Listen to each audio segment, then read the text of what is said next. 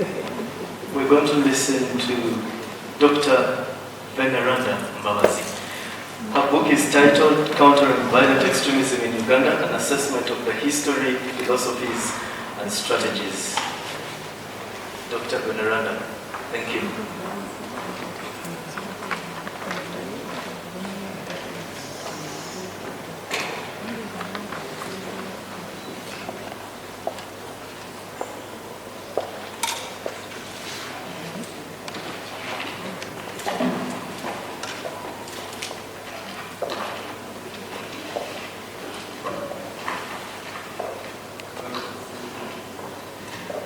Good afternoon, everyone, and for the case of time, I just would like to say that all the court observed. And as you can see, our book is just there in the corner. It is titled Countering Violent Extremism in Uganda, History, Philosophies, and Strategies. I would like to mention that this book was published by Dr. Veneranda Mbabazi, myself, Dr. Veneranda Mbabazi. In case you are here, please you stand for recognition.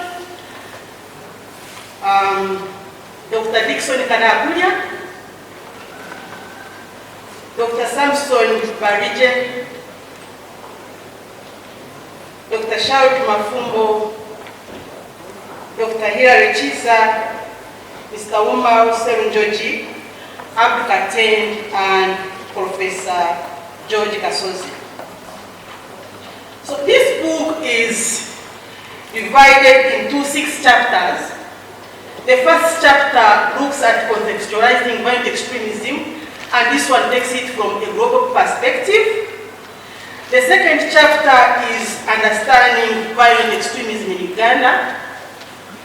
The third chapter of our book is civil society organizations involved in countering violent extremism.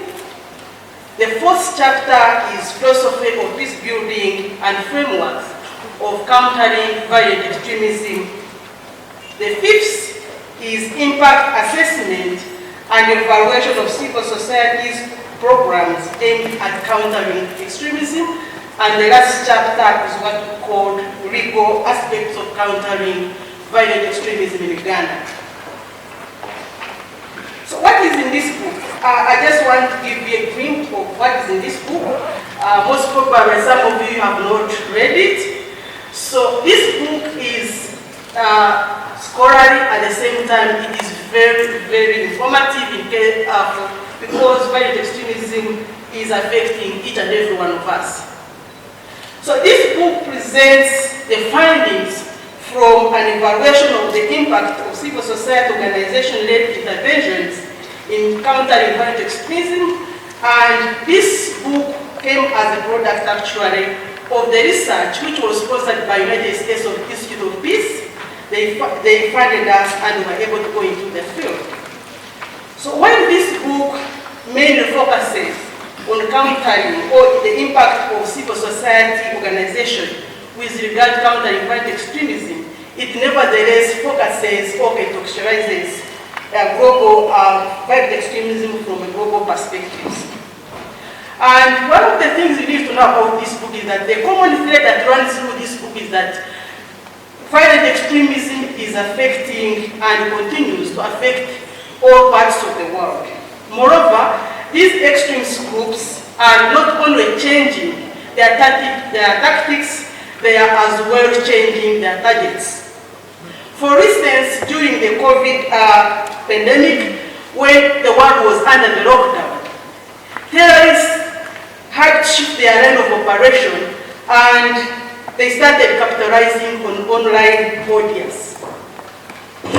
And this book also points out that countries and states continue to find effective ways of countering violent extremism, they need to keep in mind that there is no single pathway into violent extremism. At the same time, they need to know that there is no single strategy that can be used to counter violent extremism, because extremist groups and organizations, they continue to adopt other strategies to advance their violent activities. Therefore, we advise that nations and states which are involved in countering violent extremism, they will not only need to address extreme threats by using a wider range of interventions. Those interventions also, they have to be continuous in nature. This book further points out that interventions aimed at countering violent extremism must use both security. At the same time, they have to address the underlying conditions that drive individuals into committing violent extreme acts.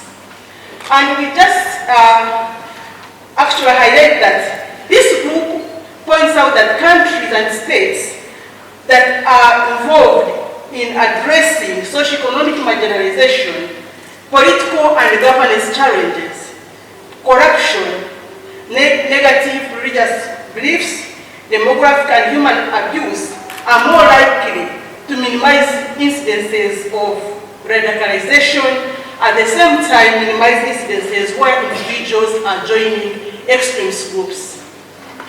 And finally, we say that there is need to build resilient communities so that those communities desist from embracing dangerous memories and propaganda of extremist individuals and groups who often attract or drive individuals into joining these extremist groups. I would like to thank, for instance, United States Institute of Peace for providing us funds. Would like to thank civil society organizations that allowed us to carry research in their premises or in their programs. And would like to thank Mackay University Press for really accepting to publish our book. And we thank each and everyone who is here for your time as we continue to build for the future for God and my country. Thank you.